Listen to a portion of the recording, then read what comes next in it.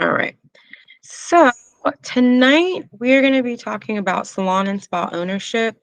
Everybody has expressed that they want to own their own business, or take their business that they already have to different levels. So this is going to be talking about different types of insurances, as well as taxation, as far as if you want to be a sole proprietor, an LLC, corporation, so on and so forth. So this will be a good chapter to take notes on, so you can reference back to when you're ready to open your own or take it to the next level. So our inspire today is moving up in your career combined with your artistic talents, values, and experience will pave the way to fulfilling a professional life. We want to achieve in this lesson identifying common salon and spa ownership types and their structures. So again, how you structure your business is based off like your tax. So you'll see sole proprietorship, that means that's one individual. LLC, you could still be an individual, or you can have partners, or you can have a partnership.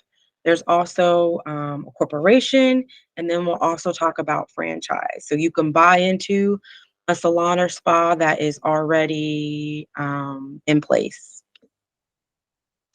Our focus is going to begin the process of owning a salon and spa, and then the requirements of a salon and spa ownership. So one day you might want to run your own salon or spa. The successful salon and spa owner, through ambition, commitment, and hard work, can enjoy personal and financial security and the creative freedom to build a lucrative business. So to begin the process, I think I mentioned you want to get a business plan. Score.com is a free business entity that is a part of the Small Business Association, SBA, that gives out classes. They do live webinars, they have pre recorded workshops. You can also go to live classes. I strongly recommend doing a class a month, some webinar, something that pertains to business, because there's so many loopholes and so much information out there that you just don't know, that the average person doesn't know. I've learned so much having my own business and just researching that it's not information that's given until you get around people that know. So that's why I'm always pushing networking and stuff like that, because there's just stuff that they just do not tell you. So many different things out there. So if you already haven't, start networking in your area. You guys are all in like the Houston area. Meetup is a really great place. They have professional women's groups, they have professional women's meetings, conferences, luncheons, stuff that pertains to just estheticians, stuff that pertains just to lash technicians. All of that is going to overall make you better. If we go back to that 80-20 rule when we were talking about goals, majority of us do not invest in the business side. We invest in the practical side, we get our skill set down, but then when it comes to the actual business, where you have your customer service, you have your HR, you have your finances, you have all the different intricate parts that actually help you work fundamentally, that's not invested in. So I strongly recommend, again, going back and finding a mentor, maybe even a business coach, someone that you can team up with, that you guys can, bounce ideas and stuff off of each other in order to help you grow. So no matter what your career goals are, it's helpful to know the fundamental principles of different salon and spa ownership models and operations. Again, how you want to set it up. If you want to get a partner, that's great. There's benefits to having a partner, because then it's not all on you. But then the downside is if y'all have a falling out, that can be hard. Oftentimes, you think about like a music group or something like that, everybody starts together collectively, but then as things grow, gauge, and change, the perspectives and perceptions of each individual changes. So whoever you partner with, you guys have to have the same vision and goals. And that's something that you sit down and talk about. Okay, what's your vision? What's your mission? What's your code of ethics? Where do you want to be? What are your long-term goals? What are your short-term goals? What is it that you ultimately want out of creating a business? And if that aligns, hopefully in the short term and in the long term, then that would be a great person to go into business with. So you just have to make sure whoever you're, aligning yourself with, Michelle and Chelsea, you guys are good because you guys have already worked together.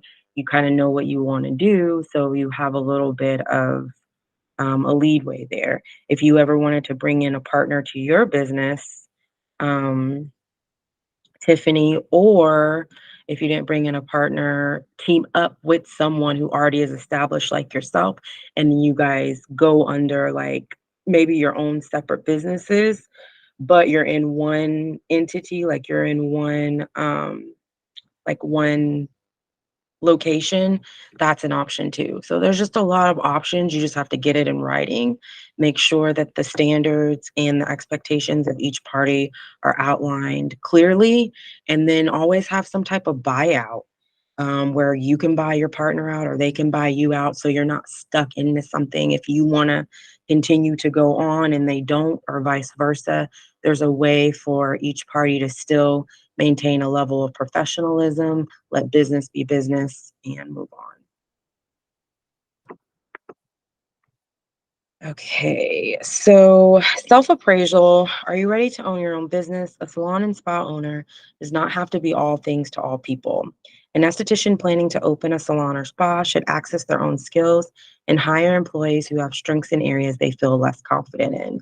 A lot of times in this industry, people don't necessarily want to be with people that, may have a different skill set than them or more advanced skill set than them because they feel intimidated. But the smartest business people buy into or hire the people that don't have the same skill set as them. Why? Because that's going to make your business have assets.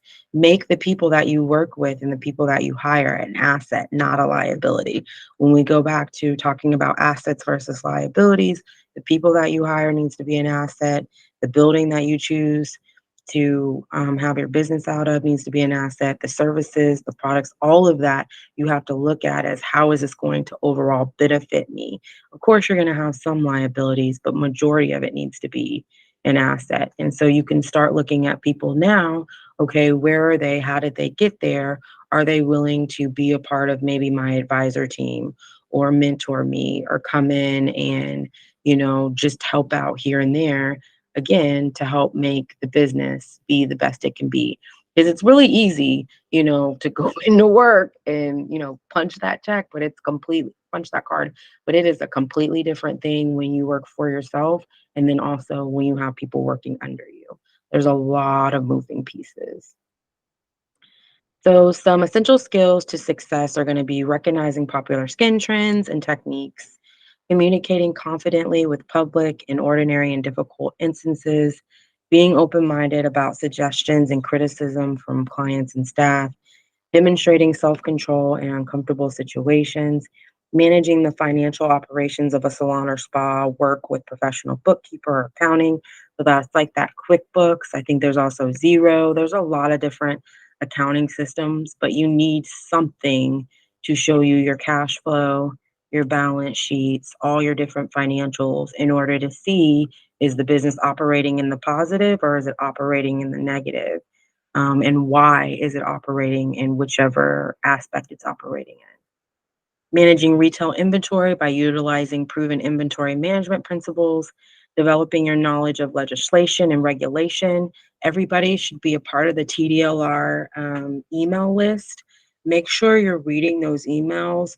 Go to a meeting when they let professionals come so you can get a firsthand experience of what they're talking about, because a lot of the laws will pertain to us. If they ever decide to deregulate cosmetology, which would be the stupidest thing ever, but it has come up, that's going to affect all of us if they deregulate that. Because that means any Joe Schmo off the street can be doing it, right? Without proper training or anything else, which a lot of people are already doing anyways. But there's a level of expertise and a level of professionalism when you actually go to school for what it is that you're doing.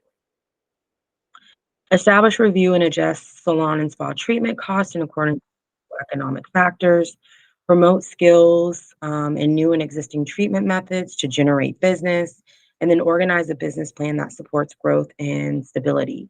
So once you make your business plan, you need to be checking into it every 6 to 9 months. Make sure A, you're on the right journey that you initially set out for, and then also to update it. If anything changes, if you've added anything to it, all of that is going to help you ultimately be successful.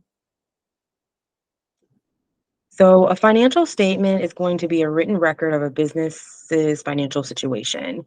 These are going to be essential when sourcing financial help. So, this is what you need if you want an investor, if you want a loan, if you want a line of credit. Anytime you're dealing with capital, 9 times out of 10, they're going to want to see your financial statements. So, we're going to go over your balance sheet, income, cash flow, and then, of course, your ownership. They always want to know who owns the business, how many partners are there, what is their job within the business. So, are they the chief of operations, or they the accountant? Like, what is their position? And that needs to be clear cut when you're establishing the business and then throughout your business. If it changes, you need to update it accordingly, again, so that way if you ever need capital and if you want to expand and really be something, most likely you're going to need capital, you have all of that in order. And it's hard as a small business to get capital. I'm gonna tell you right now, it's very hard. They make it seem like it's easy, it's not. These are important because for many businesses, initial ongoing expenses are extensive, and a loan may be required to cover fundamentals such as lease, rent, attorney services, equipment, products, consumables, local government licenses, malpractice insurance. All of that is going to be required. You're going to want to be insured. Of course, you're going to have your astrology license. If you need to talk to an attorney, I would talk to an attorney and an accountant when you're setting up your structure of your business. So that way you understand like the legal aspect of it, how it's situated, and then also the financial aspect of it. You want both.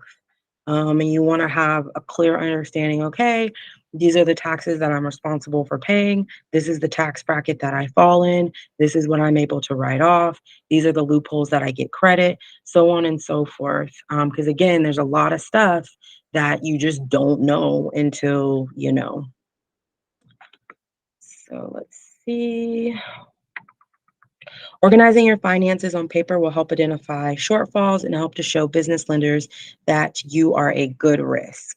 So, a good risk means that you can get credit or capital, but even though it's debt, it's good debt. So, not all debt is always good debt. So, if you're getting a line of credit, for example, for $250,000 for your business, and you've shown that you pay your bills on time, and you don't have a lot of outstanding debt, you're not using majority of your credit, then most likely you'll be a good risk, and you have a higher potential of getting more capital than if you haven't paid on time, if you owe a whole bunch of people, if your stuff is in default.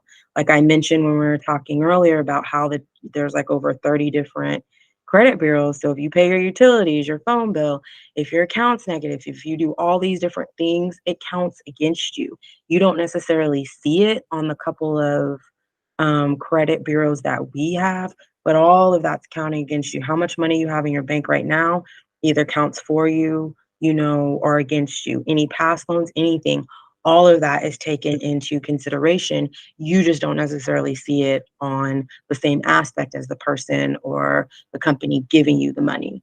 So that's why it's like, man, why didn't I get this or what happened? They sometimes have more inside information that you don't necessarily see on yourself that they're able to see on you. So it's just really important to always try to keep your accounts in good standing. Make sure you leave things on a good note because 9 times out of 10, it can come back and bite you in the butt. And you won't get that, capital, or you won't get whatever because of something minute that happened like forever and a day ago. So, some examples of some assets are going to be savings accounts, property, antiques, gold and silver collections.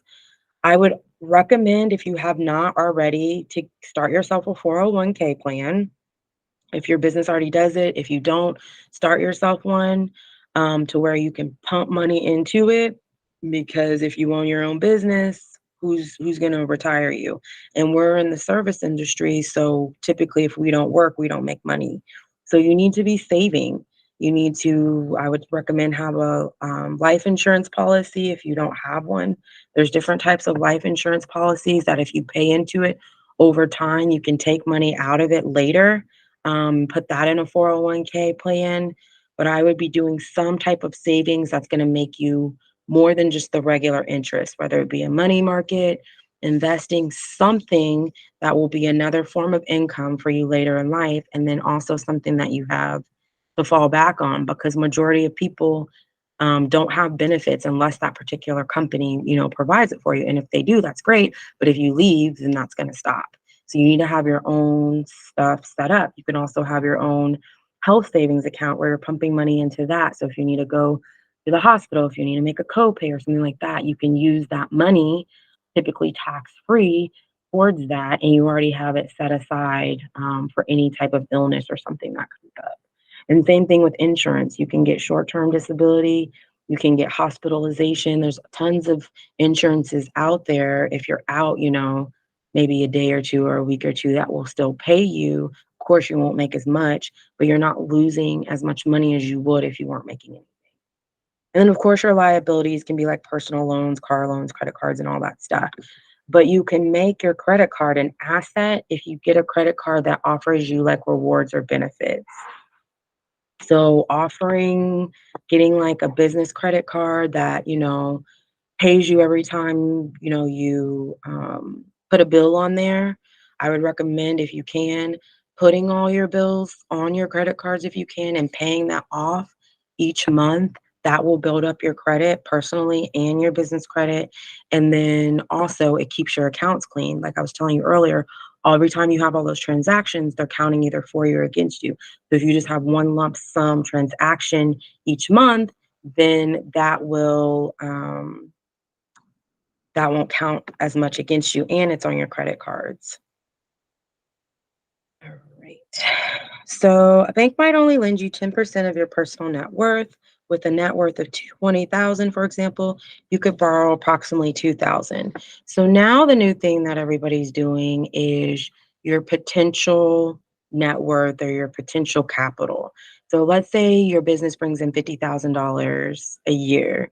And if you have, really good credit and you've been paying stuff on time, your portfolio is healthy, they may extend you 100,000 or 150,000. It really just depends on each circumstance.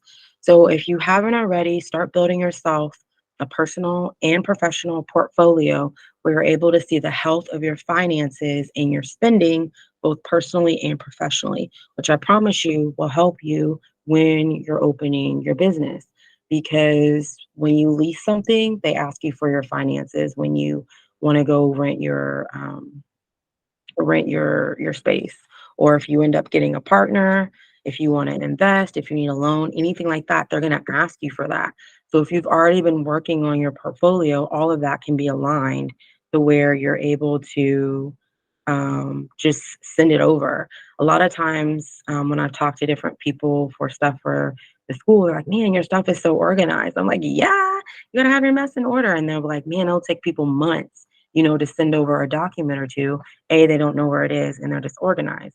So that's why I'm like, keep yourself some type of folder with all your licenses, your insurances, your permits, all of that. So if someone's like, hey, can you email this over?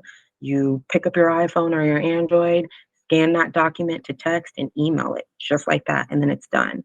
Like a lot of times things would take, maybe hours or a few days versus weeks if your stuff is in order. So the Small Business Administration is what I was talking about earlier. They're the ones that have the score. Score is who gives you, they also give you free mentorship. And they have tons of classes on there. They can tell you how to write a business plan. They can tell you how to start your business, how to run it, the different entities that you'll need, customized to what it is that you want to do. So I really recommend visiting that website and seeing what all they offer. The different types of ownership. So you're going to have a sole proprietor. This is going to be owned by one person, typically a single owner. You make your work schedule, providing all consumables, updating skills, debt and losses. Owner manages all the business decisions. And it's the quickest way to set up your own business. So everybody could have their own sole proprietorship right now. You can also have a partnership, which is going to be owned by two or more people. This varies a little bit differently than the sole proprietorship. All the costs of opening, operating, and maintaining the business are shared by the partners as agreed. So, like I was saying, sit down, make sure you guys' stuff aligns with whatever it is that your vision is. So, the vision is the ultimate goal, right, of where you want to be. You're also going to name the ownership percentage. So is it 50/50, 50/60, 35, whatever? And then you also, when you're naming the ownership, you want to name the responsibilities.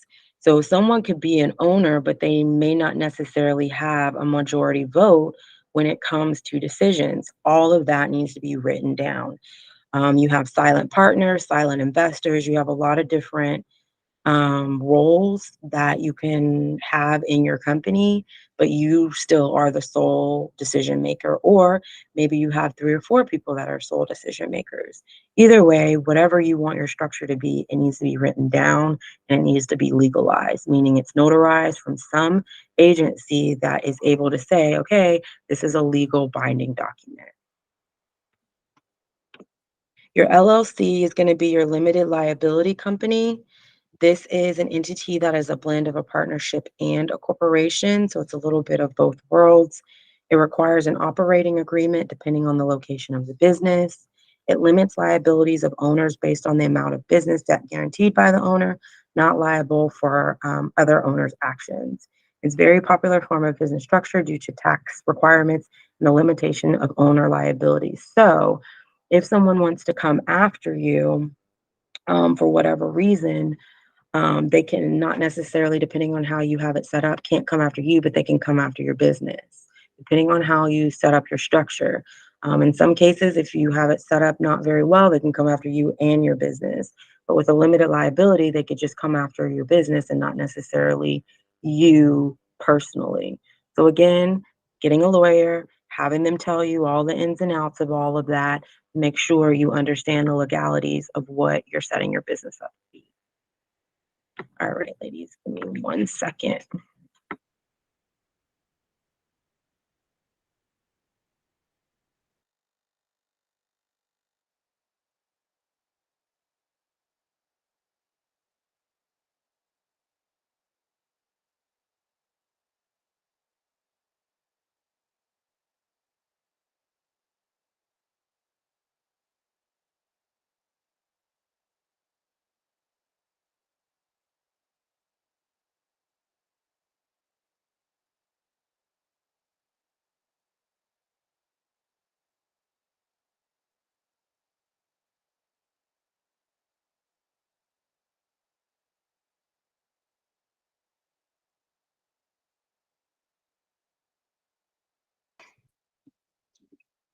Where was I?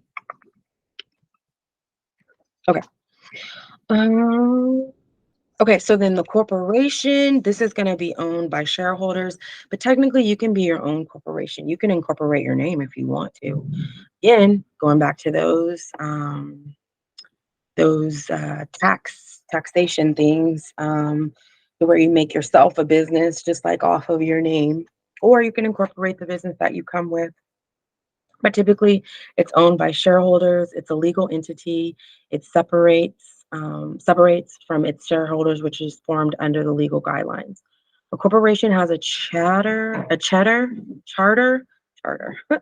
are articles of incorporation describing its purposes and the structure of the company.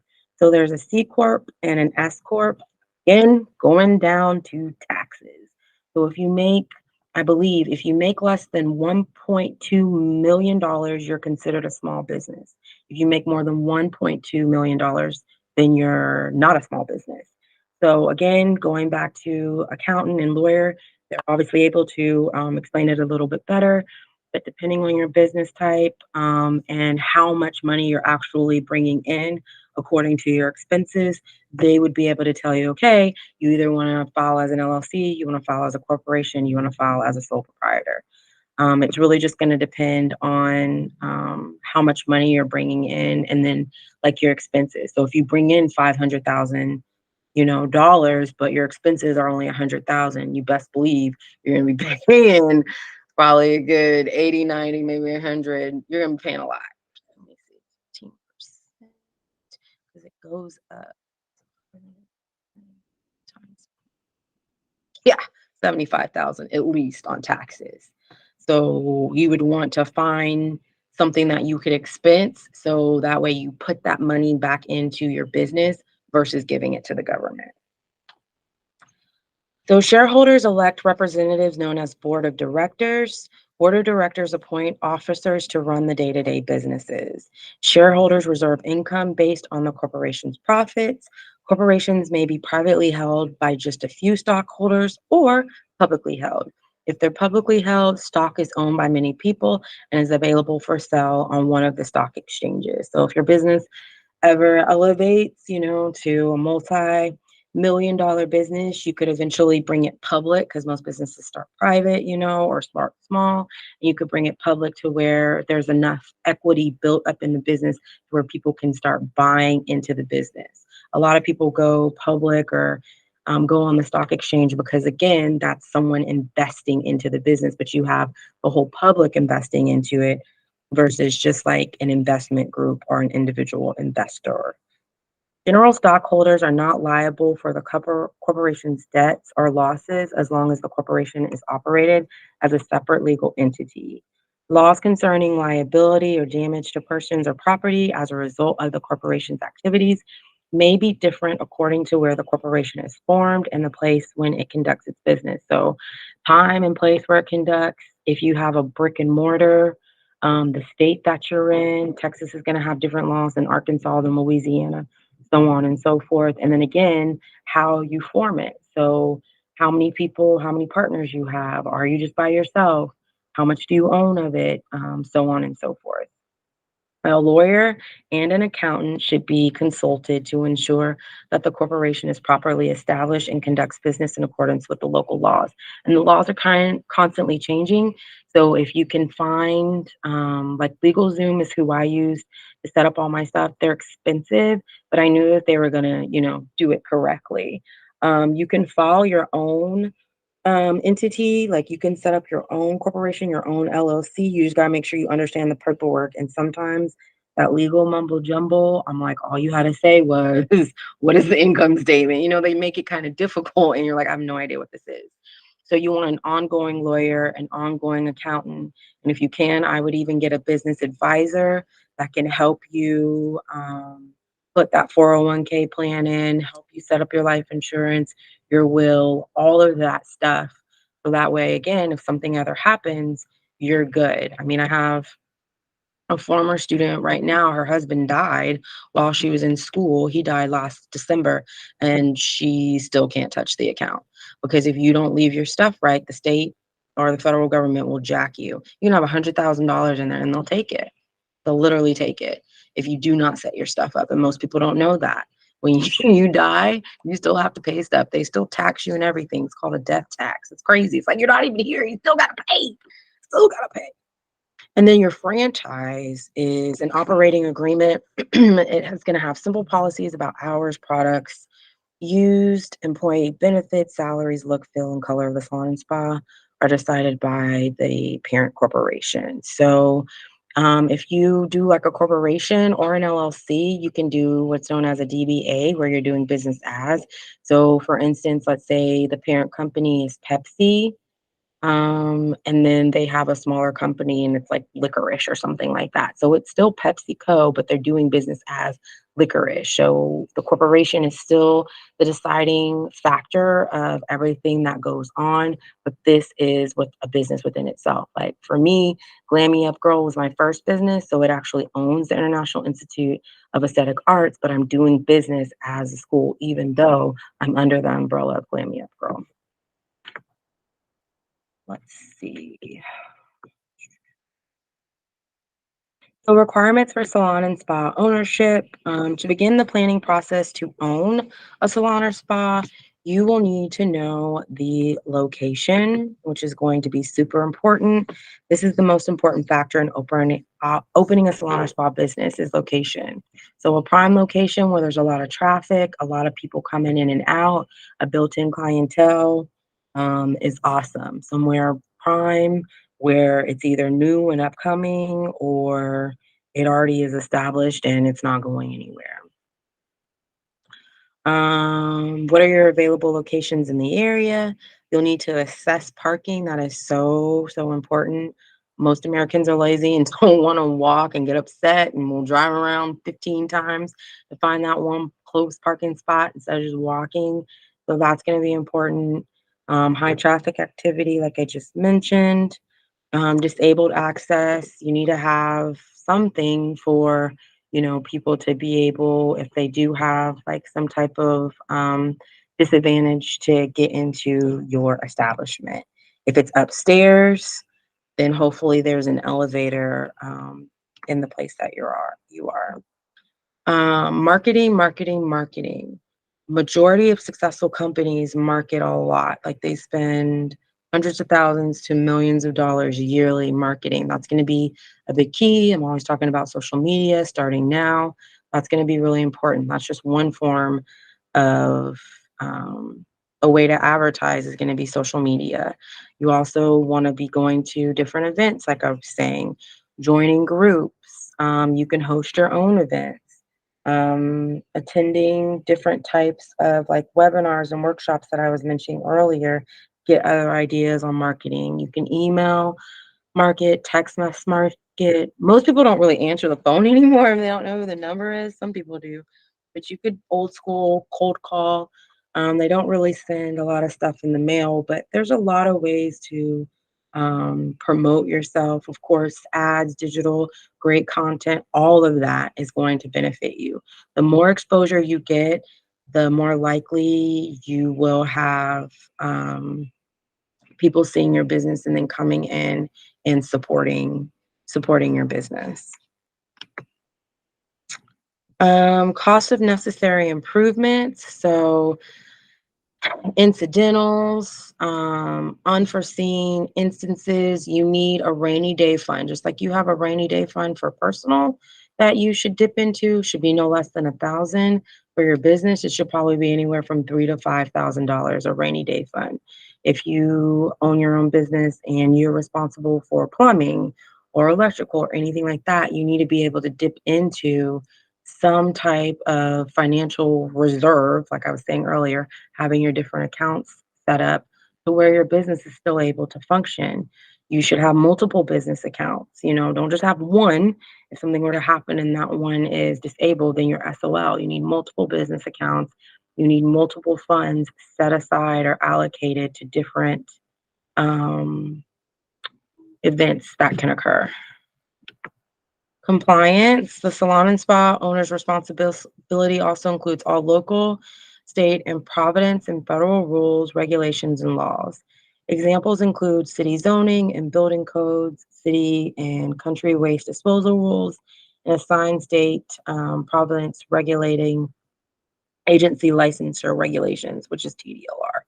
Salon and spa owners are required to remain compliant with taxing agencies like the Internal Revenue in the US and Canada.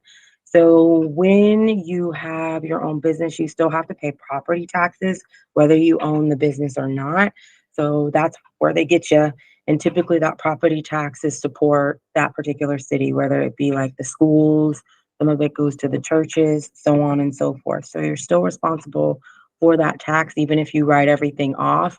Like I said, if you don't make, a whole bunch, then you typically can put whatever you make, and then you don't have to pay a major property tax. And then sometimes you don't have to pay it all if you file in the right time. All right, moving right along. So, getting the right advice. At this point, any serious future salon and spa owner will need advice from experts. So, we keep seeing that accountant. They're going to be the ones that can tell you what a bank is likely to lend you based on your net worth. So, that goes back to your professional portfolio. How does that look? Most banks now, they can tell you, okay, you're spending 20% on gas each month, you're spending 30% on food, you're spending 10% on housing, 5% is miscellaneous, whatever. So based off that, because remember, you have to be a good risk, they can then take that good risk that you are and start building your business credit, which then leverages you capital. That's how anybody gets really big. They're able to leverage capital, whether it's through a loan, whether it's through a line of credit. Maybe you get $1 million for a line of credit. Maybe an investor invests, 5 million, whatever it is, they have built up their financial health to look and be a certain way in order to gain what it is they're trying to gain. So an accountant is a form of financial advisor. There's actual also financial advisors that advise in, okay, this is going to be the best 401k for you. This is going to be the best life insurance plan for you, so on and so forth. They're not an expert on salon and spa industry, and they generally are paid on a monthly or quarterly basis. The accountant's tasks would include informing you about types of business ownership and their tax benefits and liabilities, evaluating the rental agreement, read through it. Whatever you're going to sign, read through it. Make sure you understand what it is that you're signing. Sometimes they throw little things in there that you didn't necessarily see. So if you don't understand, have somebody who understands that jargon read through it. Setting up basic bookkeeping systems and including periodic income statements to evaluate your proof and loss, recording and preparing tax payments to various government agencies, and representing you if you are audited by your taxing agency. Um, if you are audited by your taxing agency, I mean, it happens, but again, if your stuff's in order, it's less likely to happen. And then I recommend auditing your auditor, aka your accountant. Make sure you hear all the time people are like, they stole all my money. You got to audit the people that are with you to make sure that what they're telling you is true. And then also, you need to audit your own accounts. Don't just give it to someone who you're trusting with all of your information. Audit your own accounts, audit them. An insurance agent is going to provide advice on insurance needed to open and operate a business safely. Insurance is a form of risk management. So you have all sorts of kinds of insurance out there, from professional business to limited liability. I was talking about the short term disability, hospitalization. I think they even have cancer insurance now. There's tons of insurances out there that you can look into that may pertain to what you need personally and professionally. When you buy insurance, you're paying a fee to a company to assume the risk of your loss. I will say insurance for cosmetologists and beauty professionals can be difficult to obtain. Now that there's, you know, 1,000,005 salons and spas, it's kind of grown a lot. But finding a really good insurance that's truly going to cover you can be difficult because you want to find one that covers all that you do. Some insurance will be like, oh, we'll cover your facials, but we won't cover your lashes. Oh, we'll cover your lashes, but we're not going to cover your waxing. So going back to reading the fine print, making sure, and then when you're shopping around getting a quote, be specific. These are the services I do. This is the equipment I'm going to use. Is this covered? Wait online, make sure it is, and then you're good. Because the last thing you want is something to happen and they're like, oh, it wasn't covered under the policy, because insurances are notorious for that. Collecting money and not paying out. Car insurance is a set dollar amount of assumed risk on your car. The insurance company is betting you won't have an accident, and you're betting your premium that you might have an accident. The insurance rule is if you can easily afford to totally replace an item, don't insure it. So if your whole salon or spa is worth about 15,000 and you have that in savings, plus you still have your savings and you're good, then I wouldn't worry about it. But at the same time, I would still get insurance because again, it helps you. Insurance to me is just a way to ensure that you're good. Also, getting like warranties and stuff like that on all your equipment, getting support, everything like you can. If it's a little bit extra, pay it, and then contact your insurance and let them know that you put it on there. You also don't want to just insure yourself. You want to insure the lease, the place that you're in, the products, and your equipment. So when you're doing your initial fill out for your insurance, you want to fill all of that out. If you have one steamer, a microdermabrasion machine, all this stuff, you're going to put that on your insurance. So that way, if you ever have to have a claim, all of that is covered. Workers' compensation is not needed unless you have an actual employee. So, employee is going to be, of course, a W-2 person where taxes are actually being taken out. If you're on the 1099 side, that means you're a contractor, taxes aren't taken out, you deal with your own um, issues. So there's plus sizes to it because you have people that will just come and work, try to get a check, and then go and maybe file like something happened. And that happens a lot with bigger companies. To the flip side of that, if something were to happen and you know it's legit, then you're covered. So again, there's pros and cons to both. You want to shop around, look for a reputable company, and again, make sure you ask them specifically whatever it is that you're doing if they cover that. You can also invest in a spa consultant or advisor on the planning, operations, and design of the spa. The consultant is optional, but they could save you a lot of money if you don't have much experience in the spa operations. I would do a business consultant over a spa consultant, just because if you can go work in a spa for a little while as even a part-time job and get an idea of that, but it won't give you an idea unless you're with the person running the day-to-day operations of like that business aspect. You're still not going to get that until you actually really experience it.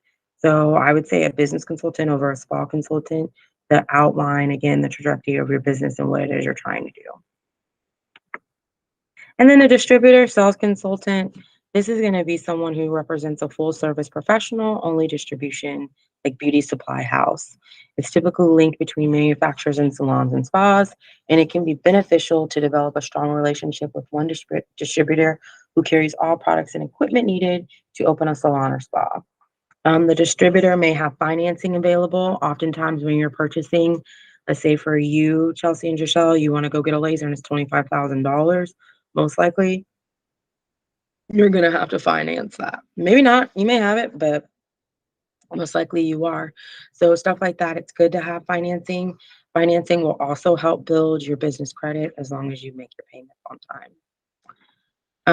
Helping the salon and spa design, help find a good salon and spa location. It also can aid in locating prospective employees and then provide in salon and spa continuing education and large scale educational seminars or workshops. So any equipment that you get, if it's from like a pretty prestigious company, ask them about continuing education, have them come out and train you, you know, on the machine. If they get an updated machine, read the contract. Are they going to send you a new version of the updated machine and retrain you at no additional cost, so on and so forth, because they're always coming out with something new, some new gadget or something. This is just giving you an outline of what a salon or spa could look like. You want to make sure in your establishment you at least have one restroom.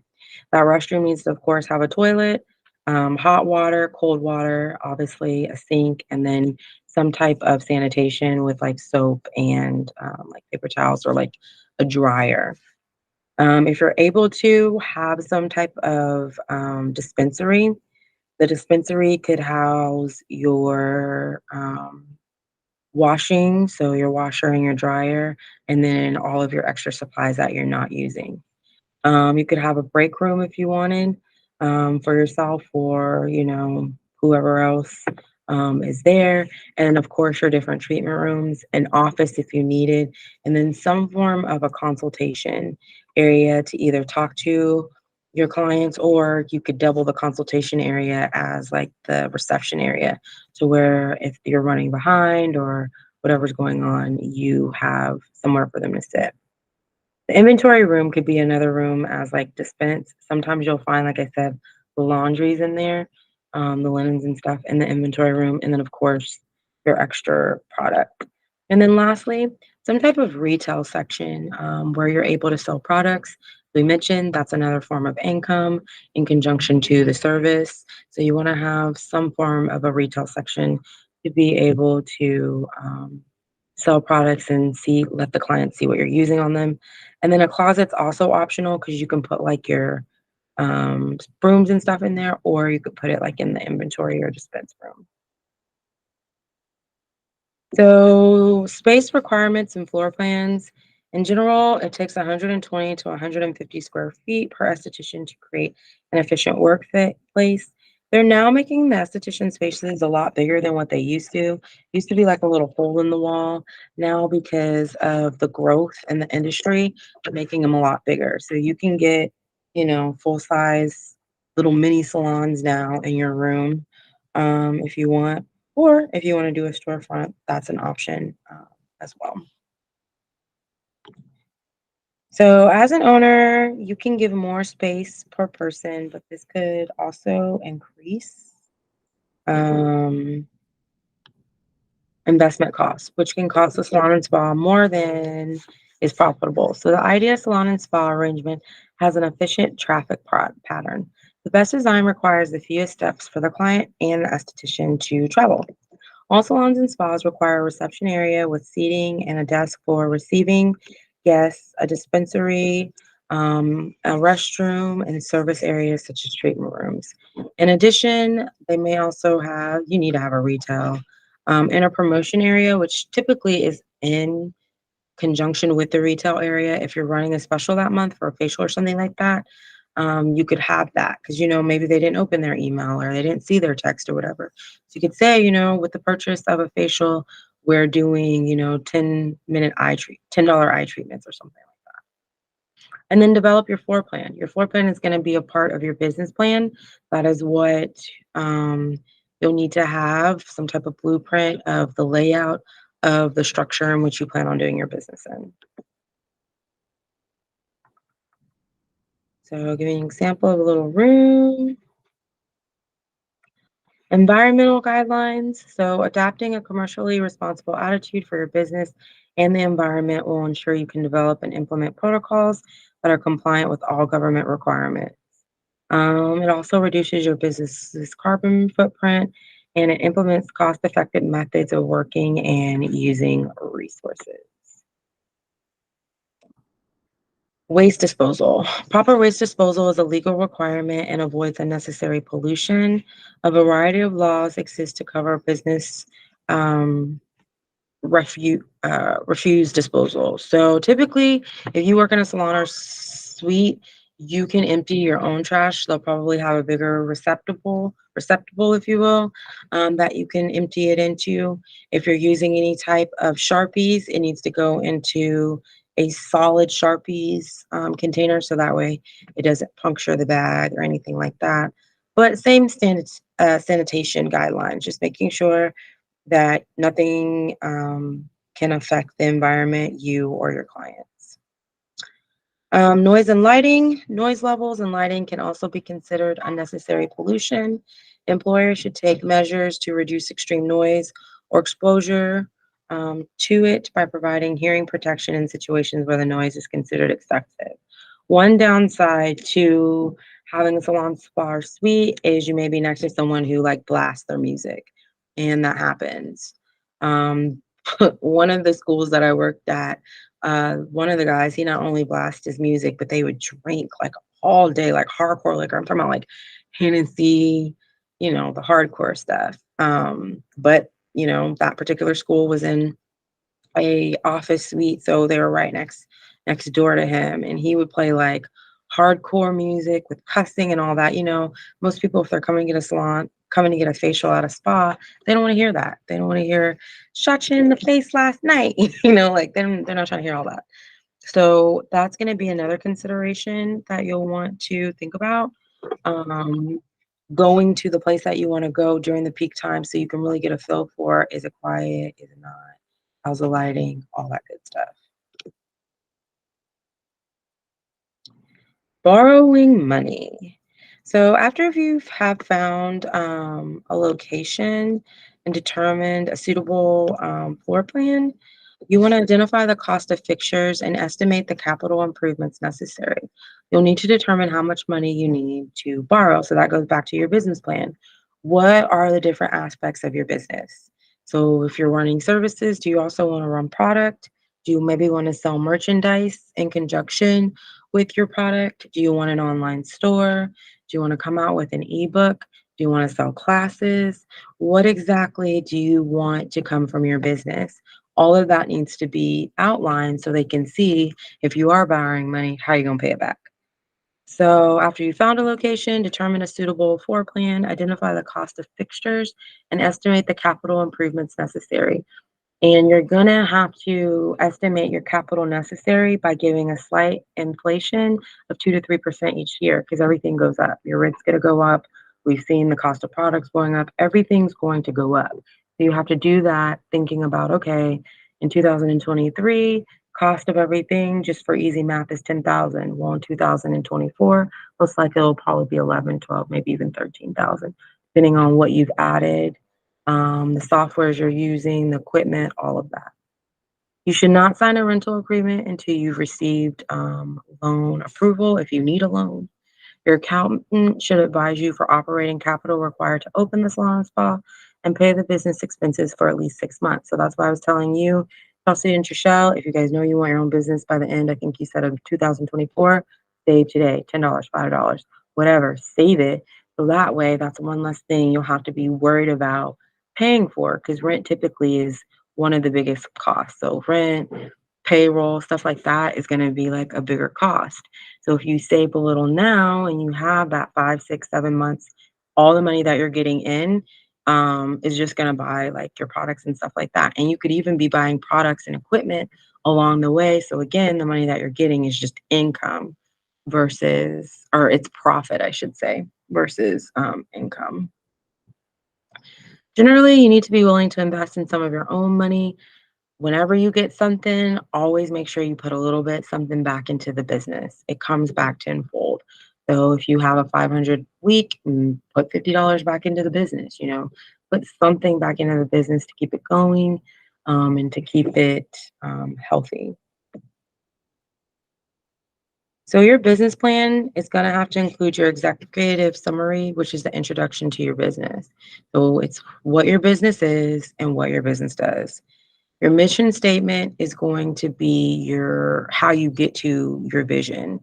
So your mission statement is why you have your business. What is the purpose of you establishing that business? And ultimately, that's your vision. Your vision is your long-term goal of where you want to get to, but you do that by accomplishing your mission daily.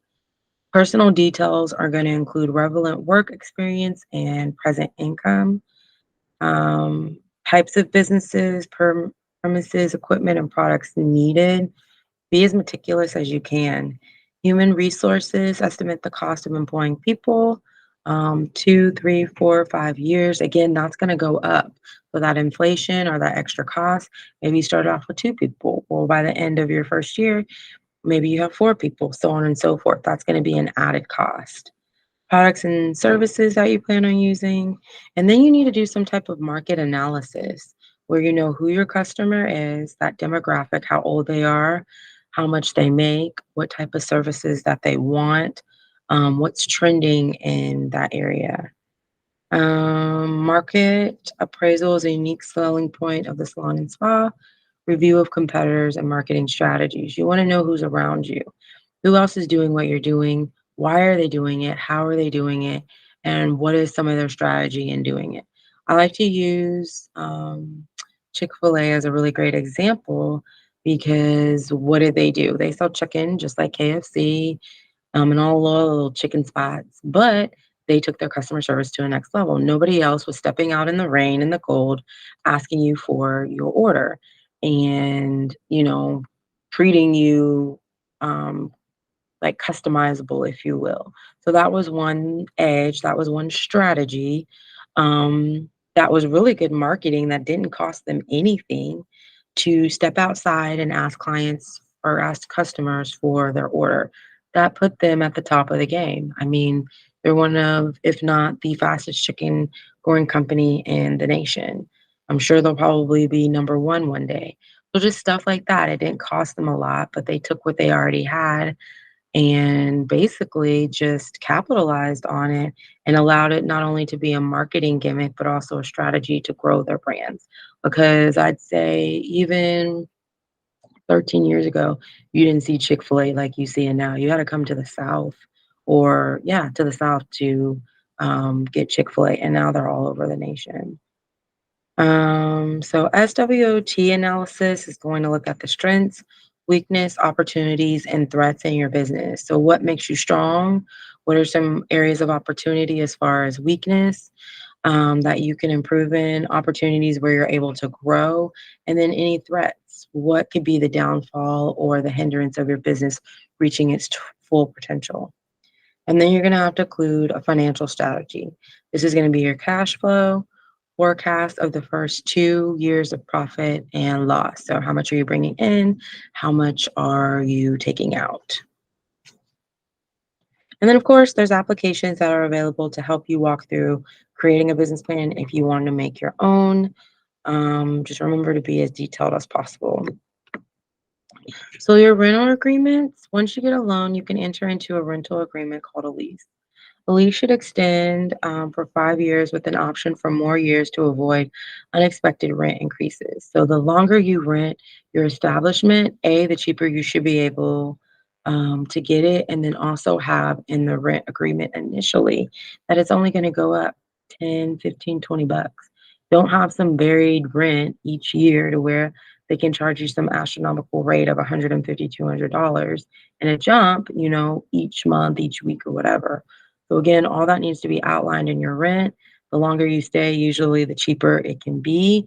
And then just make sure each year that it's not increasing too much. It's going to increase, of course. During the guideline stages of negotiations, you want to consider the following. So you should negotiate for the owner of the building, call the leaser to pay all the part of capital improvement. So the building's falling apart, they need to be paying that. Such requests are reasonable because these improvements will stay in the building when you move out. So if they don't have shelves, if there's not a sink, if there's not anything that you need in your room, you need to negotiate that prior. Okay, they're putting in a sink for me, at no additional cost. They're going to go ahead and build these shelves or hang these shelves that I have purchased, no additional cost. So that way you still get your customized space, but you're not out of pocket and you're allowing the leaser to be responsible for anything that they are doing within their building.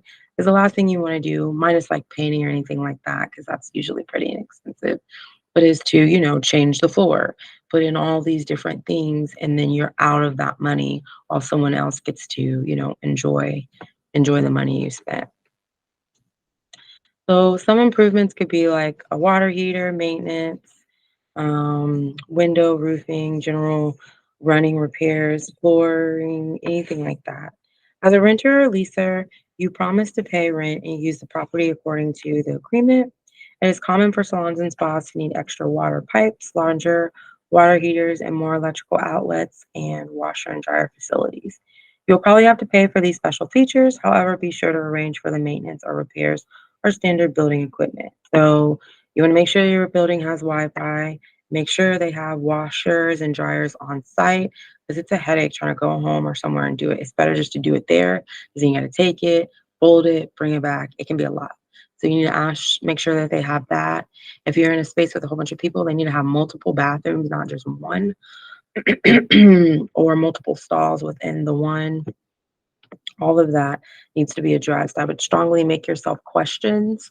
That's what I always did before renting anything or going into anything to make sure what I need is covered so I'm not finding something and not having everything that I need. Your fixed rate is going to be a fixed dollar amount that's paid each month. And then it allows you to predict your monthly expenses. So if you know your rent's $200 every week and you know you spend about $100 in product, that'll let you know, okay, that's what, $900, what would that be, $1,300 a month. So what do I need to bring in per client, going back to our little thing that we did, per client, per day, per week, per month, so on and so forth, in order to pay the expenses of the business and, of course, my expenses. And then varied is just going to change. It's a made up dollar amount paid per month plus a percentage of the total monthly income. Get a fixed amount. Don't get no varied amount because then they can just change it. So now we're going to talk about types of insurance. Insurance protects you from financial difficulties that follow the unexpected loss of property, income, and our life. So the following are types of insurances available. There's more than this. This is just giving you some examples. So your malpractice is going to be the policy that protects the salon and spa owner from financial loss that can result from employees' negligence while performing treatments. Every salon and spa professional should be insured by the owner. And then it's also good to have your own independent professional insurance or liability insurance just in case. So that way you're just, double covered. Or again, if you ever leave that place, you still have insurance. You're not skipping a beat. Malpractice can also cover people in lawsuits or settlements resulting from damage or harm to the client based off the service or product that was used. Property or premises insurance. This policy covers the actual salon and spa equipment. This can also be under your like professional business or professional insurance. It really just depends on the structure of the insurance company that you're getting the insurance from, how they structure the different insurances. But this is going to cover your equipment and physical location in case a natural disaster, fire, or burglary happens. Also, check and see flooding. I know you guys are down in Houston, so it floods a little bit more. In some cases, you may have to get that flood insurance if you're in a flood zone. Check all of that because the last thing you want is something to happen. It's like, we don't cover it. And then your product liability. This protects against financial loss. Assuring because of injury or damage, requesting from the use of the product. And then unemployment and workers' compensation. Your unemployment is required by the federal law for all qualified workers. So if they're a W-2, and then your workers' compensation is a government required insurance also for your W-2. It's going to be an insurance that's paid quarterly to cover any expense resulting from injury to an employee. And then if you get like professional business insurance that will protect you. Like, let's say you hurt yourself at your own establishment, you can get it to where they can pay you. Like, if you trip and fell for whatever reason and you're out of work for a couple of weeks, your insurance, you can still file a claim with your insurance and they'll pay you if you have that in your policy. So different types of taxes. The salon and spa owner is responsible for withholding from an employee's income for the payment of certain taxes and for paying these withholdings to the government. In the US, this includes federal, state, and local income taxes as well as Social Security.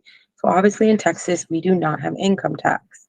Um, but we do have federal and we do have Social Security and I think Medicare. Yes, not Medicaid, Medicare. So all of those are different types of taxes that you'll be responsible for paying out if you're a W-2. Your Social Security is supposed to be a planned savings retirement fund for every worker in the U.S. if they don't run out, because can't nobody apparently manage money around here. For every dollar of the Social Security paid by the employee, the salon or spa owner must pay the same. So on the flip side of being a business owner and having people work under you, you have to pay the government. They double dip. I say they triple, quadruple dip, but they double dip. They charge the employee for Social Security and Medicare, and they also charge you as the employer. So they take a good 15% of people's income when you're a W-2. Medicare. Okay, so Medicare is going to be a part of the Social Security tax. It provides medical insurance covering retirement. Your W-2, salon or spa owners must provide an annual W-2 form for each employee. W-2 forms will indicate all taxes paid for by the year. So if you want a lot taken out now, so you can get more back later, you can do that. If you have dependents, you can claim them. They'll take out less because you have a child, so on and so forth. And then your sales tax. US and Canada have sales tax on products and services. Salon and spa owners responsible for collecting and paying sales tax to the state on a monthly or quarterly basis. You can also do it on a yearly basis. It's going to be the Texas Comp Controller who you'll have to set that up through. Salon and spa owners must apply for state sales tax permits before collecting tax on products or services. Your sales tax permits in some cases can help you save so you can buy things tax free. Again, depending on the company and how they have stuff set up. Payments are a permanent record of a salon and spa's value, and rates vary by province.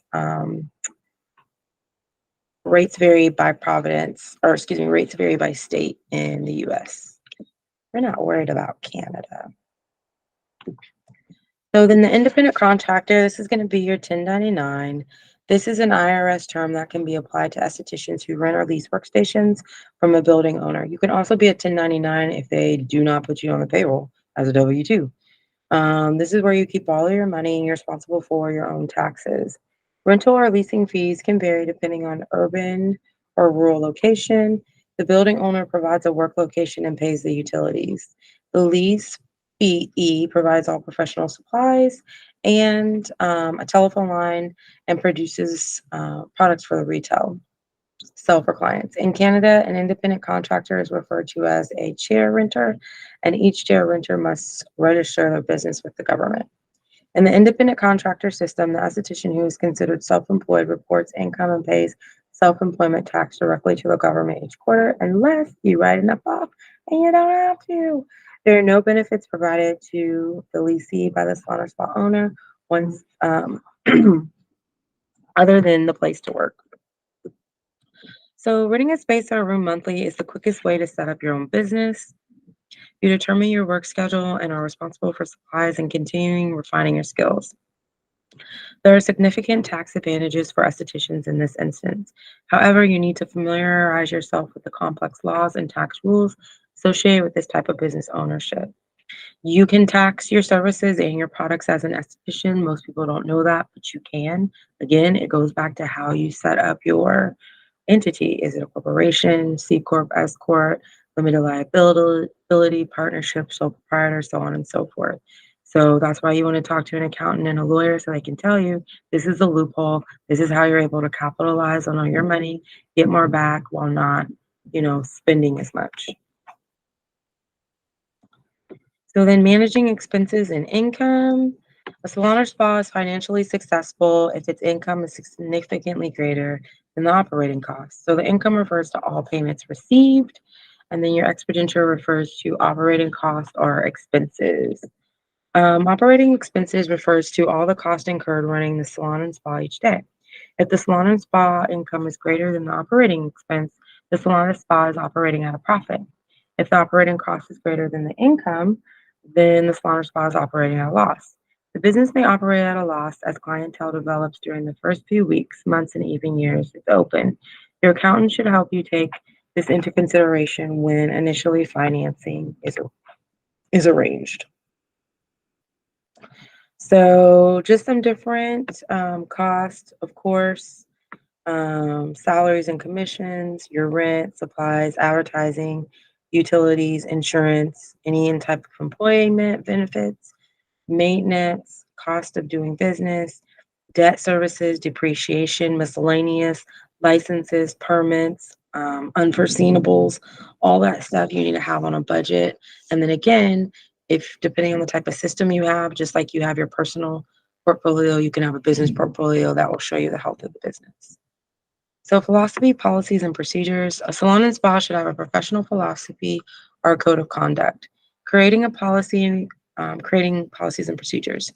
Handbook is going to be the first step in developing these standards. It provides a set of rules for the owner and staff to work by and can be revised as needed.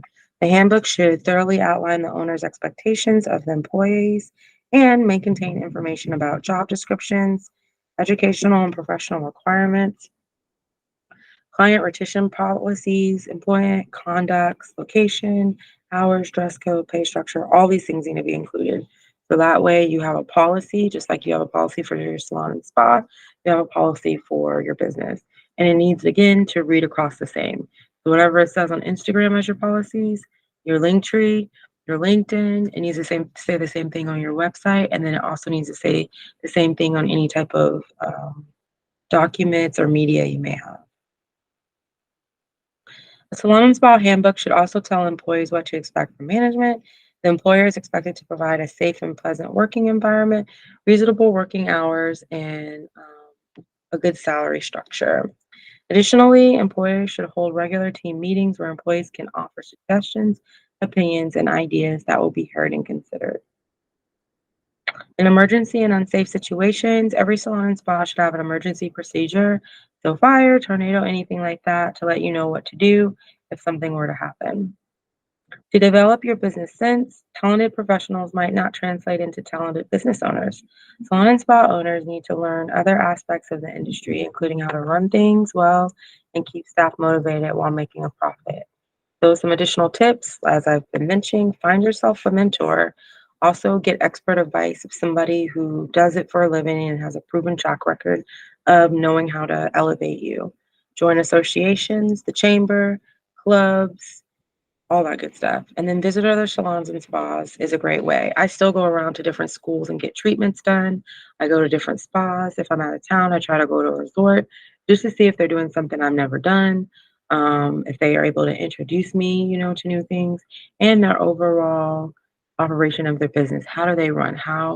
What are they doing that I could potentially incorporate to make what I have going on better?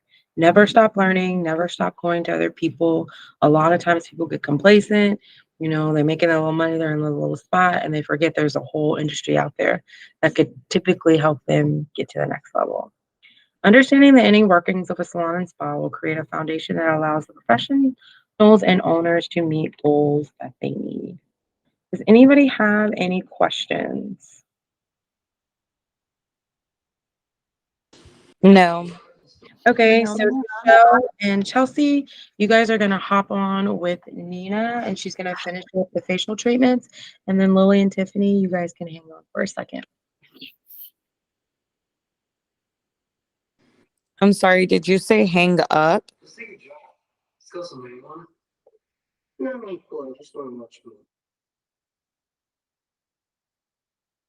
No, hang on.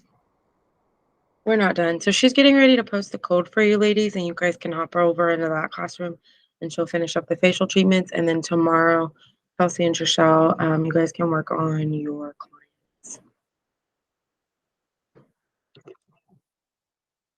Okay, so just wait for the code. Yeah, you can log off if you want. She'll be sending it here shortly. Okay, cool. Thank you. You're welcome. Bye. Bye. All right. So did you guys learn anything? I did. Awesome. Tiffany, did you already know all of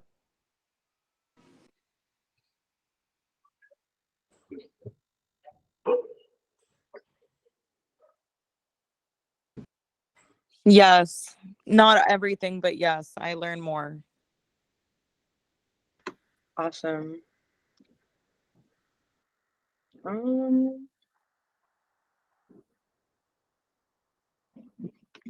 hmm. Oops. Were you able to get on? I know let you in, Nina. Being weird though. Okay.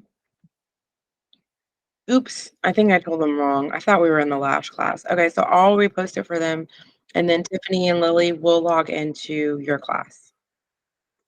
So you guys can log off, and I'll post a new link. Okay.